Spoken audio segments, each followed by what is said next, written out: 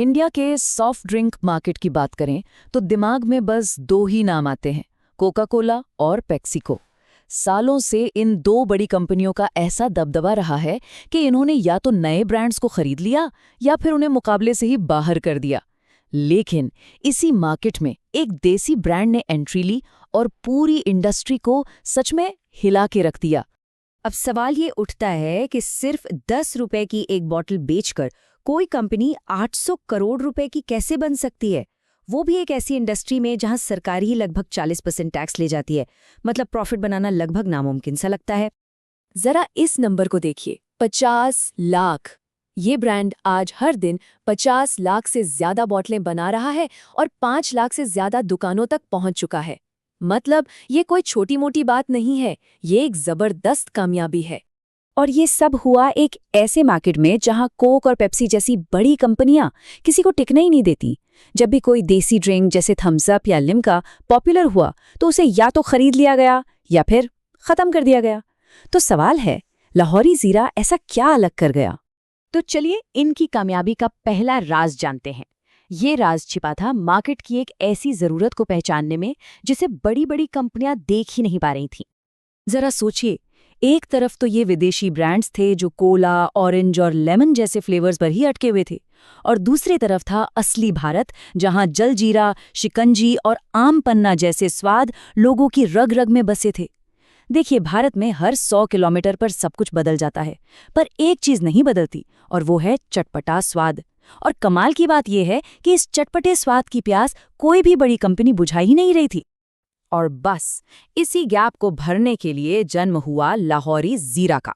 इसका नाम भी बहुत सोच समझकर रखा गया था। लाहौरी का मतलब है सेंधा नमक, जिसे लाहौरी नमक भी कहते हैं, और जीरा तो हम सब जानते ही हैं। ये नाम सुनते ही एक देसी फायदेमंद ड्रिंक का एहसास होता था, और यही बात कस्टमर्स को तुरंत कनेक्ट कर गई। तो ठीक है, आइडिया तो मिल गया, पर सवाल ये है कि ये ब्रांड इतना बड़ा बना कैसे? इनकी पूरी स्ट्रैटेजी असल में 3 मजबूत पिलर्स पर टिकी है: प्रोडक्ट, प्राइस और प्लेसमेंट। इनका प्लेबुक आप कह सकते हैं बहुत ही सिंपल और फोकस था। सबसे पहला, एक ऐसा प्रोडक्ट बनाना जिसका स्वाद हर बॉटल में हर बार परफेक्ट हो। दूसरा, एक ऐसी कीमत रखना जो किसी को भी खरीदने से पहले सोचने पर मजबूर न करे, सिर्फ 10 रुपए। और तीसरा, इसे बेचने का एक बिल्कुल नया, एक अनोखा तरीका अपनाना। लेकिन यहाँ पर सबसे बड़ा और सबसे ज़रूरी सवाल आता है, सिर्फ 10 रुपए में से सारे खर्चे, टैक्सेस और मार्जिन निकालने के बाद कंपनी के लिए बचता क्या है? मतलब मुनाफा होता कैसे है? आइए जरा इसका हिसाब किताब समझते हैं। 10 रुपए की बोतल पर 4 रुपए तो सीधे सरकार को टैक्स में चले जाते हैं। फिर दुकानदार से लेकर डिस्ट्रीब्यूटर तक का मार्जिन निकालने के बाद कंपनी के हाथ में बचते हैं सिर्फ 3 रुपए। और इसी 3 रुपए में उन्हें बॉटल, लेबल, मसाले और ट्रांसपोर्ट सब कुछ मैनेज करना है। ये सुनने में नामुमकिन लगता है ना?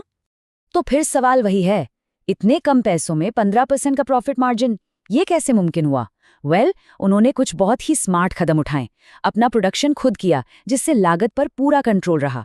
अपने प्लांट्स डिमांड वाली जगहों के पास ही लगा दिए ताकि ट्रांसपोर्ट का खर्चा बच जाए, और एक एडवांस पेमेंट मॉडल अपनाया ताकि कैश की कभी कमी ना हो। और सबसे चालाकी भरा कदम, जब टैक्स बढ़ा तो उन्होंने कीमत नहीं बढ़ाई, बल्कि बॉटल का साइज 200 ml से घटाकर 160 ml कर दिया।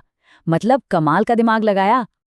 अब आते हैं इनके तीसरे और शायद सबसे अनोखे दांव पर, इनका डिस्ट्रीब्यूशन मॉडल। जहां बड़ी कंपनियां बड़े शहरों और बड़े डिस्ट्रीब्यूटर्स के पीछे भागती हैं, लाहौरी जीरा ने बिल्कुल उल्टा किया। उन्होंने शुरुआत की गांवों और छोटे कस्बों से। वो सीधे डिस्ट्रीब्यूटर के पास नहीं गए, बल्कि खुद एक एक किराना स्टोर पर जाकर सैंपल दिए, और जब दुकानदारों से डिमांड आने लगी, तब डिस्ट्रीब्यूटर के पास जाके कहा, देखो मार्केट तो तैयार है, अब माल बेचोगे? अब देखिए, जब भी कोई ब्रांड सक्सेसफुल होता है तो एक चीज होना तय है, और वो है कंपटीशन, या यूं कहें नकल। और लाहौरी जीरा के सामने भी यही चुनौती आ खड़ी हुई।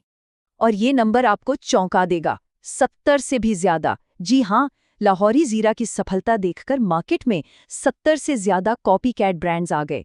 उन्होंने बोतल, नाम, स्वाद और यहाँ तक कि कीमत भी सब कुछ 10 रुपए ही रखा। तो क्या हुआ? क्या इन 70 कॉपी कैट्स ने लाहौरी जीरा को खत्म कर दिया? बिल्कुल नहीं। और इसकी वजह बहुत सिंपल है, जब कोई ब्रांड किसी कैटेगरी में पहला होता है तो लोगों के दिमाग में उसका स्वाद और नाम एक बेंचमार्क बन जाता है।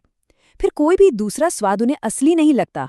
सोचिए, कोका कोला या पेप्सी का स्वाद आज तक कोई कॉपी नहीं कर सका, और कुछ वैसा ही लाहौरी जीरा के साथ भी हुआ। बल्कि हुआ कुछ उल्टा और बहुत मज़ेदार। इन नकली ब्रांड्स के आने से लाहौरी जीरा को नुकसान नहीं बल्कि फायदा हो गया। कैसे? क्योंकि इन सब ने मिलकर देसी ड्रिंक की पूरी कैटेगरी को ही पॉपुलर बना दिया। लोगों ने दूसरे जीरा ड्रिंक्स ट्राई किए, पर उन्हें असली स्वाद तो लाहौरी जीरा में ही मिला। तो एक तरह से कंपटीशन ने ही लाहौरी जीरा की फ्री में मार्केटिंग कर दी। तो इस पूरी कहानी को समझने के बाद अब हम आते हैं सबसे बड़े सवाल पर। क्या ये सफलता लंबे समय तक टिकेगी? क्या लाहौरी जीरा भारत का अगला बड़ा ब्रांड बन सकता है? देखिए, अगर हम भविष्य की बात करें तो पोटेंशियल बहुत बहुत बड़ा है। भारत में आज एक व्यक्ति साल में औसतन सिर्फ 8 लीटर कोल्ड ड्रिंक पीता है, जबकि दुनिया का एवरेज 45 लीटर है। और अमेरिका और चीन में तो ये 100 लीटर की भी पार है। इसका मतलब सीधा है, इंडिया का मार्केट अभी बस शुरू हुआ है। यहाँ ग्रोथ की जबरदस्त गुंजाइश है। और कंपनी की ग्रोथ स्टोरी भी कुछ कम नहीं है। 2017 में शुरुआत हुई और आज ये 800 करोड़ रुपए के रेवेन्यू का लक्ष्य लेके चल रही है। ये ब्रांड अब 18 राज्यों में पहुंच चुका है और धीरे धीरे नींबू शिकंजी और कच्चा आम जैसे नए फ्लेवर्स भी ला रहा है। तो देखिए, इस पूरी कहानी का निचोड़ ये है कि लाहौरी जीरा ने ये साबित कर दिया है कि भारतीय बाजार को समझकर और सही रणनीति अपनाकर बड़ी से बड़ी विदेशी कंपनियों को भी टक्कर दी जा सकती है। लेकिन असली सवाल अब ये है, क्या एक लोकल देसी स्वाद सच में एक नेशनल आइकॉन बन सकता है? इसका जवाब तो वक्त ही देगा।